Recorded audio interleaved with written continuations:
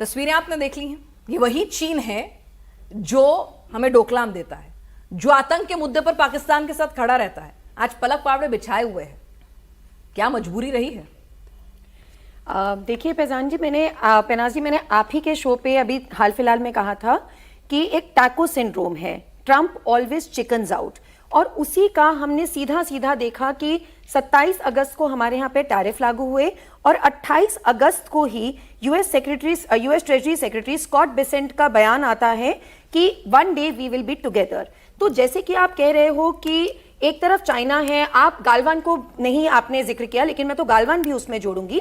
लेकिन कूटनीति में एक जो हमारा अंडरलाइन प्रिंसिपल होता है वो होता है there are no permanent friends and there are no permanent enemies.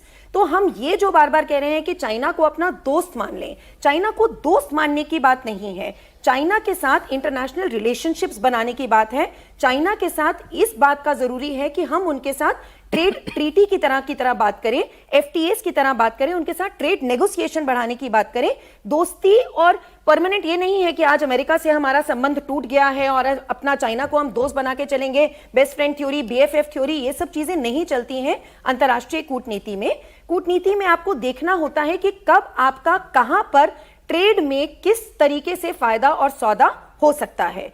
जैसे कि मैं इसमें रिलाई करूंगी, रे डेलियो की थ्योरी आजकल बहुत पॉपुलर हो रही है, द चेंजिंग वर्ल्ड ऑर्डर। उनकी बुक आई, बहुत ही प्रचलित हुई कि द चेंजिंग वर्ल्ड ऑर्डर। उन्होंने पिछले 600-700 सालों का वर्ल्ड इतिहास देखा है।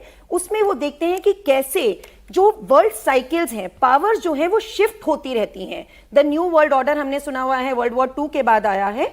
तो द न्यू वर्ल्ड ऑर्डर और इनकी थ्योरी के हिसाब से चले तो आपका सबसे पहले जो था डच की डोमिनेंस थी, फिर वो आपकी ब्रिटेन डोमिनेंस पे गई, फिर वो वर्ल्ड वॉर 2 के बाद अमेरिकन डोमिनेंस एंड डॉलर पे आ गई, और अब वो समय है, पहले का समय तो फिर 200-250 साल तक चलती थी वो डोमिनेंस। अब का समय है कि वो 50-60-100 साल के भीतर ही अमेरिका अपनी ट्रंप की पॉलिसीज की वजह से वो क्रम्बल होगी, उसकी जो वर्ल्ड ऑर्डर है, और ये न्यू चेंजिंग वर्ल्ड ऑर्डर आएगा जिसमें रिक्स नेशन रशिया, इंडिया, चाइना वो आगे बहुत ही अहम भूमिका निभाने वाले हैं, बिकॉज ये थ्योरी ही चलती है चेंजिंग वर्ल्ड ऑर्डर की।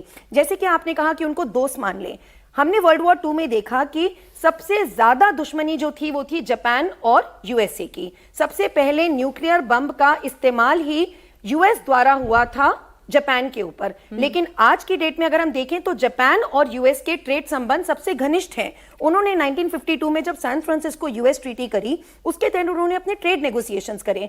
तो हमें इतिहास भी बार बार ये समझाता है कि there are no permanent friends and there are no permanent enemies. तो यानी अभी हम कोई दोस्ती करने नहीं जा रहे हैं, आप हमारे दुश्मन हैं, आपसे हमें चौकन्ना रहना है, आप हमें कब्जाना चाहते हैं, हमें आपको जवाब भी देना है, लेकिन भाई बिजनेस है, करना तो है, बिजनेस भी है, करना है, और साथ साथ अपना ये मुद्दा रखना है, क्योंकि मोदी जी ये सहज समझ रखते हैं पूरी। मैं आपको और बहुत एग्जांपल्स दूंगी जब चर्चा चलेगी, कि वो समझते हैं कि कैसे कैसे हमें शांति से जवाब देना है। हमें ये भी प्रेस करना है कि यूएन सिक्योरिटी काउंसिल में इंडिया को 6 परमानेंट पोजीशन मिले, क्योंकि जैसे ही अगर इंडिया को वो परमानेंट पोजीशन मिलती है तो बहुत ज्यादा जो वर्ल्ड की डायनामिक्स हैं, जियोपॉलिटिकल, इकोनॉमी और पॉलिटिक्स, वो बहुत अफेक्ट होती है। चलिए, तो चीन से तस्वीरें आनी थी, शुरुआत हमने चीन से की है, लेकिन चीन की दोस्ती पर कितना भरोसा करना है उस पर भी हम चर्चा करेंगे, उसका इतिहास देखते हुए और अभी मौजूदा स्थितियों को देखते हुए। लेकिन प्रोफेसर अंशु जोशी जी, हमें समझाइए कि ट्रंप के खिलाफ ये जो हम कल तक तस्वीरें देखेंगे, जहां पर एक तरफ शी जिनपिंग होंगे, प्रधानमंत्री नरेंद्र मोदी होंगे और साथ में पुतिन खड़े हुए होंगे, बिल्कुल, तो क्या जो Trump tariff tariff tariff tariff चिल्ला रहे हैं, इसका काउंटर पार्ट मिल जाएगा? सबसे पहले तो इसके काउंटर पार्ट को बताऊं मैं, जिसके लिए हमें रशिया और चाइना की भी मैं कहूँगी कि अभी हम उसको परे रख दें, और ये बताऊं कि कल जापान में अपने उद्बोधन में हमारे माननीय प्रधानमंत्री ने कहा कि हमने रिफॉर्म, परफॉर्म और ट्रांसफॉर्म के माध्यम से किस तरह से भारत की अर्थव्यवस्था को विश्व की सबसे तेजी से बढ़ती हुई रेजिलिएंट अर्थव्यवस्था बनाया है, और उसका प्रत्यक्ष को प्रमाण क्या का हमारे सामने उदाहरण आ गया। पहली तिमाही की रिकॉर्ड ग्रोथ रेट 7.8% पे हमने रिकॉर्ड की है, और 6.5% की ग्रोथ रेट के साथ $700 बिलियन के फॉरेक्स रिजर्व के साथ हम लगातार आगे बढ़ रहे हैं।